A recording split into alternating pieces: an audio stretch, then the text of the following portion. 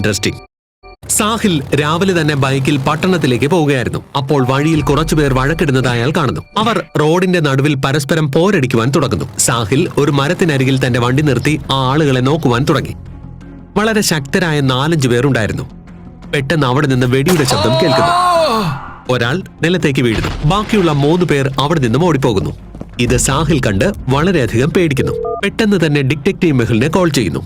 Detective Mehul ഉടൻ തന്നെ crime സീനിലേക്ക് എത്തിച്ചേരുന്നു. മെഹുൽ ആദ്യം ആ മനുഷ്യന്റെ ഡെഡ് ബോഡി പരിശോധിക്കുന്നു. മെഹുൽ സാഹിലിനെ ചോദ്യം ചെയ്യുന്നു. സാഹിൽ പറയുന്നു അവർ 3 പേരുണ്ടായിരുന്നു. അവർ 3 പേരും ചേർന്ന് ഇയാളെ വളരെ അടുത്ത് നിന്നും വെടിവെച്ചുവെന്നും അവർ 3 പേരും കാണുവാൻ ശരിക്കും ബോഡി ബിൽഡറിനെ പോലെ ആയിരുന്നുവെന്നും ഇയാളെ അടുത്ത് നിന്നല്ല വളരെ ദൂരെ നിന്നാണ് വെടിവെച്ചതെന്ന് മെഹുലിന് മനസ്സിലാകുന്നു.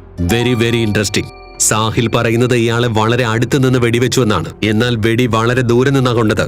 നല്ലതുപോലെ ഓർത്ത് എന്നോട് പറയും. വെടി കൊള്ളുമ്പോൾ ഇയാൾ ഏത് ആംഗിളിലാണ് നിന്നിരുന്നത്? മുന്നിലുള്ള മരത്തിന് അഭിമുഖമായി നിൽക്കുകയായിരുന്നുവെന്ന് സാഹിൽ മെഹുലിനോട് പറയുന്നു. വെടി അയാളുടെ വയറിലാ കൊണ്ടത്. അതിനർത്ഥം മുന്നിൽ നിന്നാ വെടിവെച്ചത്. ഉറപ്പായും ഈ മരത്തിന് അടുത്ത് ഒളിച്ചു നിന്ന് വെടിവെച്ചതായിരിക്കാം.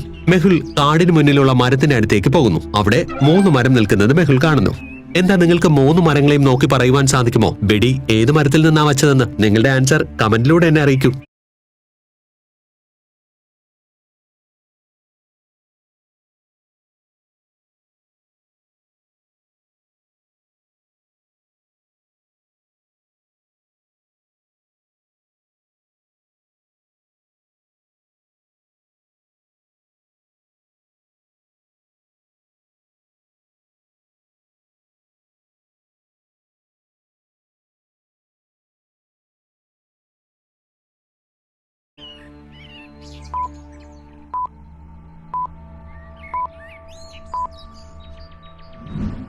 ആദ്യത്തെ മരം വളരെ നോർമലാണ്. രണ്ടാമത്തെ മരത്തിനിടയിൽ ഒരു വളഞ്ഞ ശാഖയുണ്ട്. എന്നാൽ അതിന്റെ ഇലകൾ ഉണങ്ങിയതാണ്. അതായത് അത് വളരെ ദിവസങ്ങൾക്ക് മുൻപ് ഒടിഞ്ഞതായിരിക്കും. എന്നാൽ 3ാമത്തെ മരത്തിനിടയിൽ ഒരു ചെറിയ ഒടിഞ്ഞ ചില്ല കിടപ്പുണ്ട്.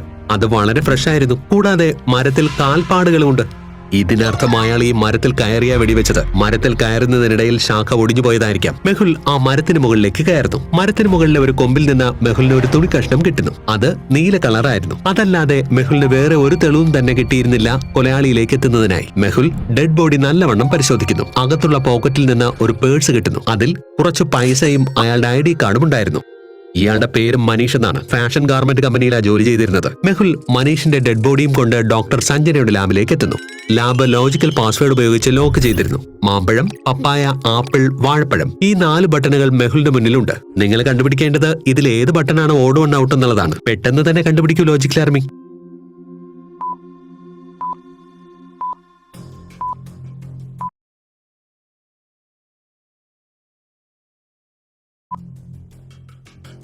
ഈ 4ലും വിത്തുകളില്ലാത്ത ഒരു പഴമാണ് വാഴപ്പഴം.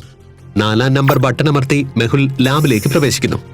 പെട്ടെന്ന് തന്നെ മെഹുൽ ഡോക്ടർ സഞ്ജനയെ കാണുന്നു. ഞാൻ കേസിനെ കുറിച്ച് അന്വേഷിക്കാനായി ഫാഷൻ ഗാർമെന്റിലേക്ക് പോകുന്നു. നിങ്ങൾ ഇയാളുടെ പോസ്റ്റ്മോർട്ടം റിപ്പോർട്ട് തയ്യാറാക്കി വെക്കുക. മനീഷിന്റെ മരണത്തെക്കുറിച്ചുള്ള സത്യം കണ്ടുപിടിക്കുന്നതിനായി മെഹുൽ ഫാഷൻ ഗാർമെന്റ്സ് കടയിലേക്ക് പോകുന്നു. കട വളരെ വലുപ്പമുള്ളതായിരുന്നു. അവിടെ ഒരുപാട് ആളുകൾ ജോലി ചെയ്തിരുന്നു. അവിടുത്തെ മാനേജറിനോട് മനീഷിനെ കുറിച്ച് ചോദിക്കുന്നു. സർ, ഈയിടെയായി മനീഷ് വളരെ അശ്രദ്ധനാണ്. അവൻ പലപ്പോഴും ജോലിക്ക് വരാറില്ല. ഇപ്പോൾ അവൻ വളരെ സമ്പന്നനായി മാറിയിരിക്കുന്നു. അവൻ വളരെ വില കൂടിയ വസ്ത്രങ്ങൾ ധരിക്കാനും തുടങ്ങിയിരിക്കുന്നു.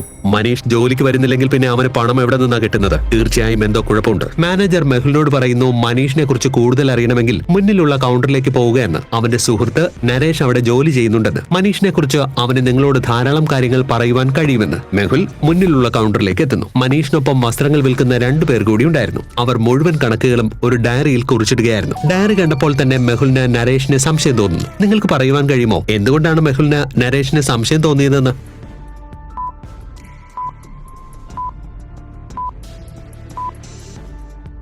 ഡയറി ശ്രദ്ധിച്ചു നോക്കൂ. ആദ്യത്തെ വ്യക്തി രാവിലെ മുതൽ 10,000 രൂപയ്ക്ക് സെയിൽ ചെയ്തു. രണ്ടാമത്തെ വ്യക്തി 13,000 രൂപയുടെ സെയിൽ നടത്തി. എന്നാൽ നരേഷ് ഇതുവരെ 1,500 രൂപയ്ക്കാണ് സെയിൽ നടത്തിയത്. ഇതെങ്ങനെ പോസിബിൾ ആകും? എന്തെന്നാൽ 3 പേരും ഒരേ കടയിലാണ് ജോലി ചെയ്യുന്നത്. 3 പേരുടെ മുന്നിലും ഏകദേശം സമാനമായ സാധനങ്ങളാണുള്ളത്. അതിനർത്ഥം നരേഷ് കടയിൽ ഇപ്പോഴായിരിക്കും വന്നത്. മെഹുൽ നരേഷിനോട് ഉറക്കെ ചോദിച്ചു, രാവിലെ മുതൽ നീ എവിടെയായിരുന്നു? നീ ഇന്ന് എന്തുകൊണ്ടാ കടയിൽ ഇത്രയും വൈകിയത്? നോക്കൂ മിസ്റ്റർ, എനിക്ക് തോന്നുമ്പോൾ ഞാൻ കടയിൽ വരും. നിനക്കെന്താ ഇതിൽ കാര്യം? വസ്ത്രങ്ങൾ വാങ്ങാനുണ്ടെങ്കിൽ അത് വാങ്ങി ഇവിടെ നിന്ന് പോകൂ. മെഹുൽ അവനിട്ട് ശക്തമായ ഒരു അടി കൊടുക്കുന്നു. ഞാൻ ഡിറ്റക്റ്റീവ് മെഹുൽ. നിന്റെ കൂട്ടുകാരൻ മനീഷ് ഇന്ന് കൊല്ലപ്പെട്ടു. അതുകൊണ്ട് കേസിനെ കുറിച്ച് അന്വേഷിക്കാനാണ് ഞാൻ വന്നത്. ക്ഷമിക്കണം സർ, ഞാൻ താങ്കളെ തിരിച്ചറിഞ്ഞിരുന്നില്ല. ഇപ്പോൾ സത്യം പറയ്, രാവിലെ മുതൽ നീ എവിടെയായിരുന്നു? മനീഷിനെ ആരാ കൊന്നത്? അപ്പോൾ നരേഷ് പറയുന്നു അവന് മനീഷിന്റെ മേർഡറിനെ കുറിച്ച് ഒന്നും അറിയില്ലെന്ന്. അവൻ രാവിലെ താടി ഷേവ് ചെയ്യുവാൻ പോയിരുന്നുവെന്ന്. തിരക്ക് കാരണം അവൻ 2 മണിക്കൂർ ലേറ്റ് ആയിരുന്നു. മെഹുലിന് മനസ്സിലാകുന്നു നരേഷ് പറയുന്നത് കള്ളത്തരമാണെന്ന്. എന്താ നിങ്ങൾക്ക് പറയുവാൻ പറ്റുമോ മെഹുലിന് എന്തുകൊണ്ടാണ് അങ്ങനെ തോന്നിയതെന്ന്?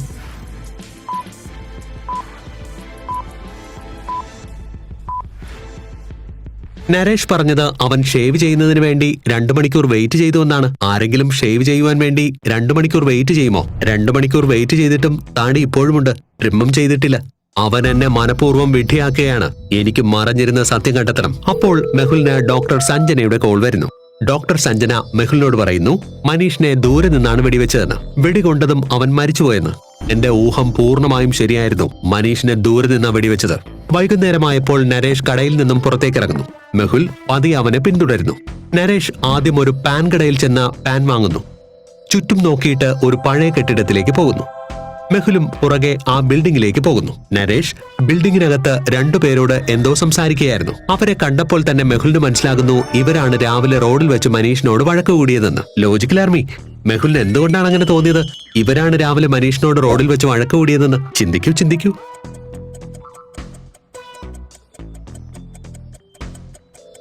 റോഡിൽ വെച്ച് 4 പേർ തമ്മിൽ വഴക്ക് കൂടുകയാണെന്ന് സാഹിൽ പറഞ്ഞിരുന്നു. അവരെ കാണുവാൻ ബോഡി ബിൽഡർമാരെ പോലെ ഉണ്ടായിരുന്നുവെന്നും പറഞ്ഞു. ഇവർ 2 പേരും ബോഡി ബിൽഡർമാരെ പോലെ തോന്നുന്നു.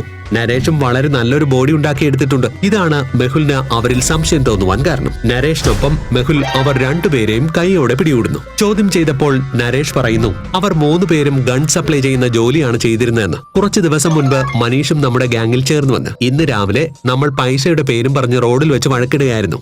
അപ്പോൾ പെട്ടെന്ന് ആരോ മനീഷിനെ വെടിവെച്ചുവെന്നും ആരോ അവരെ കൊല്ലുവാൻ ശ്രമിക്കുകയാണെന്ന് കരുതി അവർ അവിടെ നിന്ന് ഓടിപ്പോയെന്നും പറയുന്നു. എന്നാൽ ഞങ്ങൾ മനീഷിനെ കൊന്നിട്ടില്ല. ഇതിനർത്ഥം മനീഷ് ഇല്ലീഗൽ ജോലി ചെയ്യുകയായിരുന്നു. അതുകൊണ്ട് അവന് ഓരോ ദിവസവും പുതിയ വസ്ത്രങ്ങൾ കിട്ടിയിരുന്നത്. എന്നോട് സത്യം പറയ്, മനീഷിനെ ആരായിരിക്കും കൊന്നത്? നിങ്ങൾക്ക് ആരെയാണ് സംശയം? അപ്പോൾ നരേഷ് പറയുന്നു സർ, കുറച്ചു ദിവസം മുൻപ് മനീഷ് വളരെ വലിയൊരു സ്മഗ്ലറോട് വഴക്കിട്ടിരുന്നു. ചിലപ്പോൾ അവർ മനീഷിനെ അപായപ്പെടുത്തുവാൻ സാധ്യതയുണ്ട്. മെഹുൽ തന്റെ വേഷം മാറി ആ സ്മഗ്ലറിന്റെ താവളത്തിലേക്ക് എത്തുന്നു. കൂടെ തന്റെ റിവോൾവറും കൊണ്ടുപോകുന്നു. എന്തെന്നാൽ അവിടെ അപകടമുണ്ടാകുവാൻ സാധ്യതയുണ്ട്. മെഹുൽ അവിടെ 3 ബോഡി ഗാർഡ്സിനെ കാണുന്നു. ആ 3 ബോഡി ഗാർഡിനെ കണ്ടപ്പോൾ ഇവരാണ് മനീഷിനെ കൊലപ്പെടുത്തിയതെന്ന് മെഹുലിന് മനസ്സിലാകുന്നു. ലോജിക്കൽ ആർമി, മെഹുലിന് എന്തുകൊണ്ടാണ് അങ്ങനെ തോന്നിയത്? മനീഷിനെ ഇവരാണ് കൊലപ്പെടുത്തിയതെന്ന്. സത്യം പറയ്, മനീഷിനെ ആരായിരിക്കും കൊന്നത്? നിങ്ങൾക്ക് ആരെയാണ് സംശയം? അപ്പോൾ നരേഷ് പറയുന്നു സർ, കുറച്ചു ദിവസം മുൻപ് മനീഷ് വളരെ വലിയൊരു സ്മഗ്ലറോട് വഴക്കിട്ടിരുന്നു.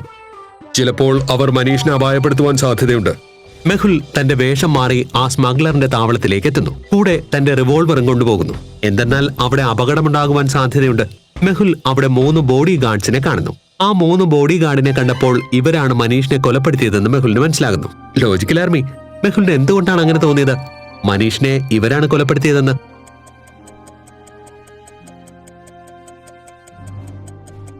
രണ്ടാമത്തെ ബോഡി ഗാർഡിനെ ശ്രദ്ധിച്ചു നോക്കൂ. അവൻ നീല ഷർട്ടാണ് ഇട്ടിരിക്കുന്നത്. അതിന്റെ കളർ മെഹുലിന് ലഭിച്ച തുണിക്കഷ്ണത്തോട് സാമ്യമുണ്ട്. ഷർട്ട് കീറിയിട്ടുമുണ്ട്. അതായത് അന്ന് മരത്തിൽ കയറി വെടിവെച്ചത് ഇയാളാണ്. മെഹുൽ തന്റെ റിവോൾവർ പുറത്തെടുത്ത് 3 പേരെയും ഗൺ പോയിന്റിൽ പിടികൂടുന്നു. പക്ഷേ അപ്പോഴേക്കും ഒരാൾ മെഹുലിനെ പുറകിൽ നിന്നും തള്ളിയിടുന്നു. അവർ 3 പേരും ഒളിച്ചിരുന്ന മെഹുലിന് നേരെ വെടിവെക്കുവാനും തുടങ്ങുന്നു. മെഹുലും തിരിച്ചു വെടിവെക്കുന്നു.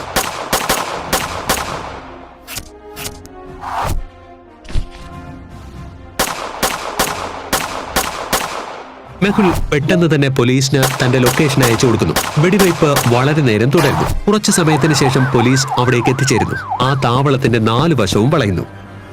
എല്ലാ സ്മഗ്ലേഴ്സും പിടികൂടപ്പെടുന്നു. മെഹുൽ നീല ഷർട്ട് ധരിച്ച ആളെ ചോദ്യം ചെയ്യുന്നു. നീ എന്തിനാ മനീഷിനെ കൊന്നത്? നീല ഷർട്ട് ധരിച്ച ബോഡി ഗാർഡ് മെഹുലിനോട് പറയുന്നു സർ, മനീഷ് നമ്മുടെ ബോസിനെ ചതിച്ചു. അതുകൊണ്ട് ബോസ് പറഞ്ഞതിനനുസരിച്ചാണ് ഞാൻ മനീഷിനെ ഇല്ലാതാക്കിയത്. അവരുടെ സഹായത്തോടെ മെഹുൽ അവരുടെ ബോസിനെയും പിടികൂടുന്നു. സ്മഗ്ലിംഗ് സാധനങ്ങളും കണ്ടുകെട്ടുന്നു. Case old, detective Mehul wrongs.